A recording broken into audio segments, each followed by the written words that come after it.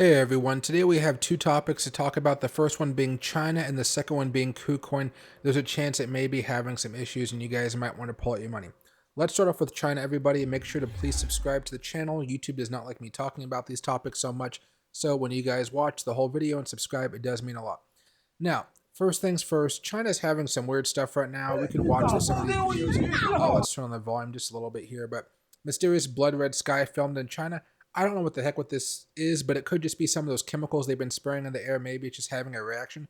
But you're seeing a lot of violence happening in China, a lot of protests, them attacking the guards. Now the guards are attacking the protesters. A lot of back and forth, and you can see communism is bad. I think we all know that by now. But you can see that China is being very heavy-handed. They're dragging people off. It seems like a nightmarish scenario. And the Chinese don't really have weapons to defend themselves like we have out here in America. We have those good old freedom sticks, and they give the government a pause. I wouldn't say that stops them from doing much stuff, but it always gives them a little bit of pause. China has no pause or thought process about how it treats its citizens right now. You can see a little bit more of the violence going on. There are tons of people in China. I think all of you guys know this, but man, when you start seeing battles like this, you gotta wonder, how is the government going to get this back under control? Are they going to do it very slowly and methodically and not make so much of a big press deal out of it? So all of the Western media is not saying, oh my God, look at the human rights abuses, which we normally do, right? Or are they going to go in heavy handed, bring in the military and squash this thing really, really fast and really just get the people to understand who's in charge here? Because in this society, it's definitely not the people, right?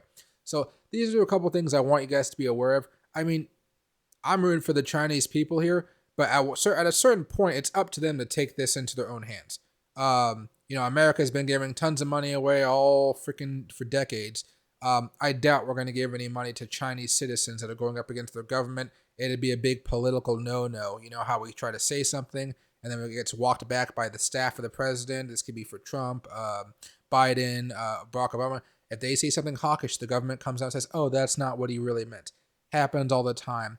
And you just see more and more chaos happening at this point where I'm just like, something's going to break. It's either going to be the protesters or the government, and the Chinese government doesn't really have a history of breaking in these types of scenarios. So I have to believe it's a whole bunch of students who are out there protesting, not realizing that when they do cross a line, the government's going to cross its own line, and that's going to lead to a little bit more chaos here and actually affect America's economy in a pretty negative way, including driving oil prices down enough where you're going to actually see the Saudi Arabians and whatnot also cut down on the oil production even more, leading to when we actually do need more oil, it's going to be a complete cluster, you know what,